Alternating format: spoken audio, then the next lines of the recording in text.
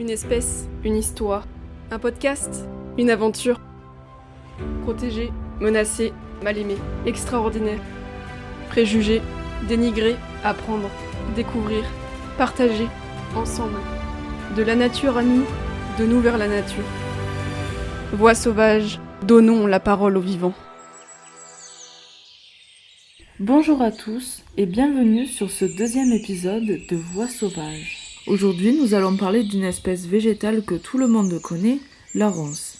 La ronce commune, ronce ligneuse ou encore ronce bertrand, de son nom scientifique Rubus fruticosus, est une espèce largement répandue en France. Cette espèce que l'on trouve facilement en Dordogne est l'une des plus grandes mal-aimées que je connaisse.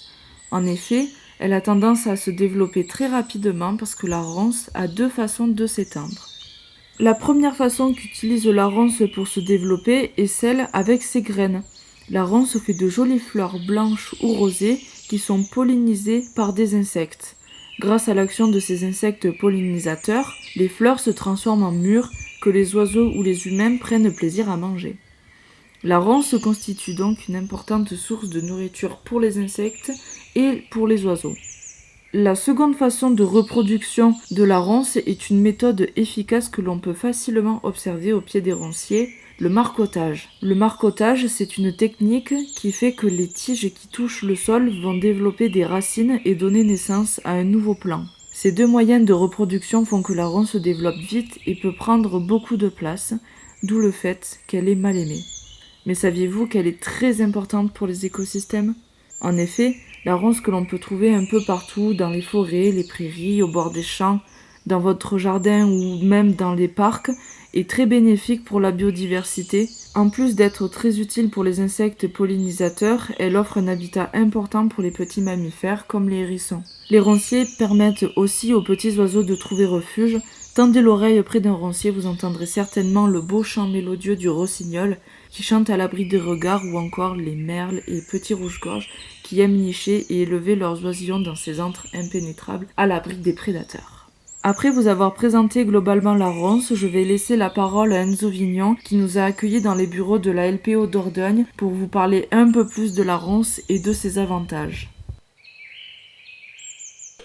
Le roncier est un habitat sur lequel nous on met la lumière, qu'on cherche à préserver, parce qu'en effet, un beau roncier bien fourni, c'est un abri pour tout un tas de petits mammifères, de petits oiseaux. C'est une ressource alimentaire extrêmement intéressante pour les insectes, notamment lorsque les fleurs arrivent. En plus, il faut savoir que c'est une espèce à floraison tardive, donc elle a des fleurs à un moment de l'année où très peu d'autres espèces en ont, ce qui permet d'assurer une continuité dans la ressource alimentaire tout au long de l'année. Et ça, c'est assez important, de plus en plus d'ailleurs, d'avoir des ressources alimentaires en fin de saison, à partir du mois de juillet, août, septembre, octobre, puisqu'avec le réchauffement climatique, les espèces ont tendance à étendre leur période de vol, période de vie de plus en plus tard en saison. Et donc s'ils n'ont pas de ressources alimentaires en face, et ben forcément ils vont continuer à se développer, mais ils vont pas forcément réussir à survivre. Donc c'est un espace qui est très important, puis qui derrière génère des fruits qui servent à énormément d'espèces, que ce soit des oiseaux, que ce soit des mammifères, que ce soit des insectes. Vous avez quelques exemples d'espèces qui sont dépendantes ou semi-dépendantes des ronciers ? Donc oui, il y a des espèces qui sont inféodées et qu'on retrouve particulièrement dans les ronciers. Donc il y en a qui sont même strictement inféodées aux ronces. Le tècle de la ronce, qui est un petit papillon qui, comme son nom l'indique, va se nourrir, pondre exclusivement sur les ronces. Donc si vous n'avez pas de ronces, vous n'avez pas cette espèce-là qui est présente.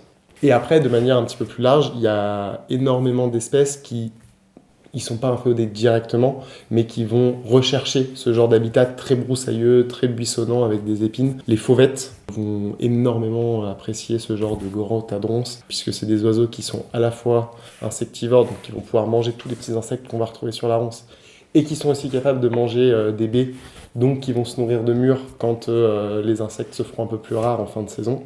Les merles, qu'on retrouve énormément dans les ronces, dans les fourrés. On peut retrouver des rouges-gorges, toutes les espèces des grives, toutes les espèces qui vont rechercher des zones un peu broussailleuses, un peu plus de végétation un peu plus basse pour pouvoir faire leur nid et qui vont chercher une protection.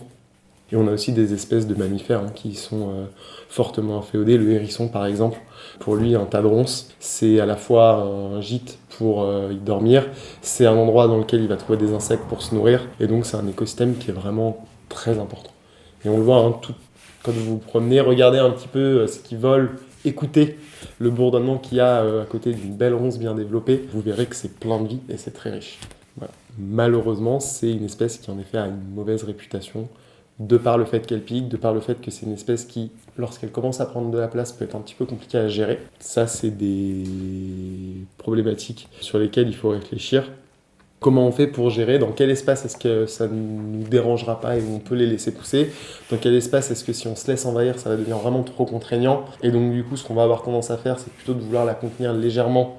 Mais en fait, une fois, on va se laisser déborder et du coup, on va finir par tout arracher. Ça, c'est des choses sur lesquelles nous, on travaille. L'idée, c'est de toujours chercher la conciliation et le bon compromis entre ce qui nous est acceptable et l'idéal pour la nature. Il vaut mieux faire des gestes petit à petit plutôt que de vouloir trop en faire d'un coup. En général, c'est un coup à se dégoûter et du coup à ne plus rien faire derrière. Donc voilà, typiquement quand on travaille avec des agriculteurs qui ont des ronciers sur des parcelles, on travaille avec eux sur quels sont les passages des tracteurs, quelles sont les zones de clôture où il y a du jus par exemple qui passe et où là ça demande un entretien important. Donc ces zones-là, peut-être éviter de trop développer la ronce, et au contraire des zones peut-être en milieu de champ ou des zones un petit peu plus en bordure de parcelles qui sont des zones moins productives sur lesquelles ils ont moins tendance à aller. Là pour le coup laisser une part plus importante et laisser les ronciers se développer, c'est le genre de choses qui se font très bien. Vous avez beaucoup d'agriculteurs qui sont dans ces démarches-là ? Oui, alors on a plusieurs programmes sur lesquels on travaille. En général, on travaille avec des groupes entre 8 et 10 agriculteurs, sachant que des programmes de ce type-là, on en décline depuis 2020. On en a décliné 4 différents, donc ce qui fait déjà une quarantaine d'agriculteurs. Plus d'autres agriculteurs avec lesquels on travaille de manière un peu plus ponctuelle, dans le cadre de suivi d'espèces qui peuvent nicher dans leurs parcelles par exemple, où on va protéger et du coup on travaille avec eux aussi sur la prise en compte de la biodiversité de manière un peu plus informelle par des échanges. Si on prend en compte ces agriculteurs-là, il faudrait faire le compte, mais je pense qu'on peut dire qu'on est en contact régulier avec une cinquantaine d'agriculteurs assez facilement sur le territoire. Et ça se passe très bien, c'est important de le dire. En général, quand on leur explique ce qu'il y a chez eux et que on prend le temps d'écouter quelles sont leurs contraintes aussi, on arrive toujours à trouver un terrain d'entente et à faire en sorte que ça s'améliore.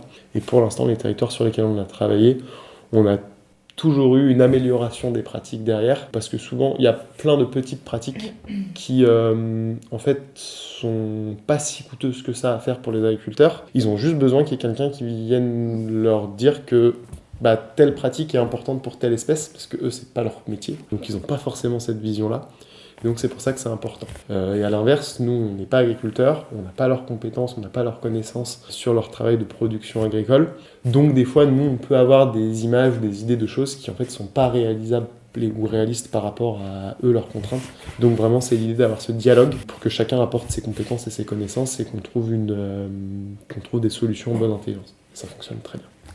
Surtout dans le contexte actuel, avec l'adoption de la loi agricole, qui, nous, pour le coup, en Dordogne, on a des preuves, on a des exemples que c'est tout à fait possible de concilier agriculture et préservation de la biodiversité, voire même, j'irais même jusqu'à dire que c'est indispensable. C'est deux choses qui sont beaucoup trop liées et connectées pour ne pas prendre en compte les deux en même temps, que ce soit la biodiversité a besoin des agriculteurs, les agriculteurs ont besoin de la biodiversité, et l'un ne peut pas fonctionner sans l'autre.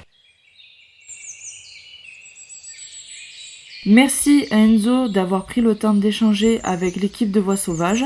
Cet échange a été très intéressant pour nous. On espère que pour vous aussi cela vous a plu et que votre vision de la ronce aura changé après cet épisode.